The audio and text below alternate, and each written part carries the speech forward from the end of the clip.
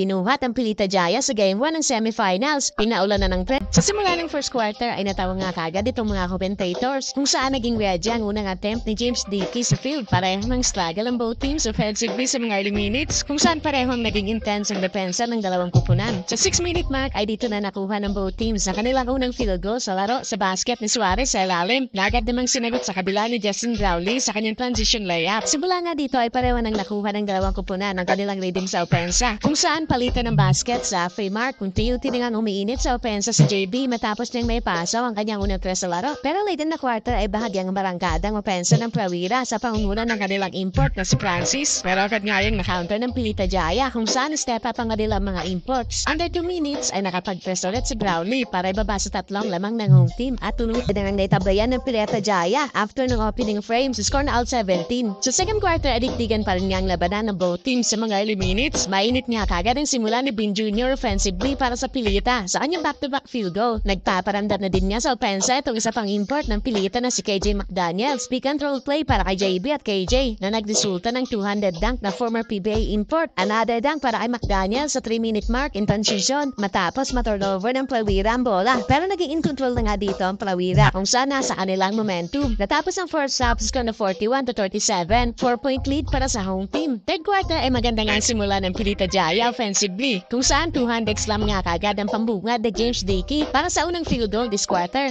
Another basket kay Brownlee in transition. Mula ulit yan sa turnover ng Prawira matapos makapagdunk ulit sa transition si James Dickey. Pero agad niya nagkaroon ng counter ang home team. Buntigan itong magkagulo kung saan napikod nga si Dickey sa naging hard fall sa kanya ni Francis. Sa 6-minute mark ay nagpaparamdam na ulit si JB sa opensa sa kanyang 3-point shot para itabla ulit ang score ng both teams. Nakaka 15 points na nga sa game itong si Brownlee matapos ang kanyang long 2-point shot sa 4-minute mark. Biglang arangkada na nga ang opensa ng Pilita late in the quarter kung saan ay pasok pa ni Bin Jr. ang kanyang tres at the buzzer para bigyan ng 7-point lead ang Pilita after na third frame sa score ng 61-54. Fourth quarter ay buhat-buhat na nga itong import ng Prawira na si Brandon Francis kung saan patuloy nga paghahabol sa laro ng home team. Agad naman nagparamdam si JB pagkapasok niya sa laro sa kanyang pag-dive sa basket pero biglangan to make over itong isa putra ng Prawira sa kanyang back-to-back 3-pointers para makuha ang kalamangan sa Pilita. Naging pamatay sunog naman itong and-one play ni KJ McDaniels. Palitan na nga ulit ng basket sa both teams late in the quarter kung saan palitan din nga ng lamang clutch mid-range shot para kay Brownlee with under 2 minutes remaining para magkaroon ng 3-point lead ang kanyang kupunan.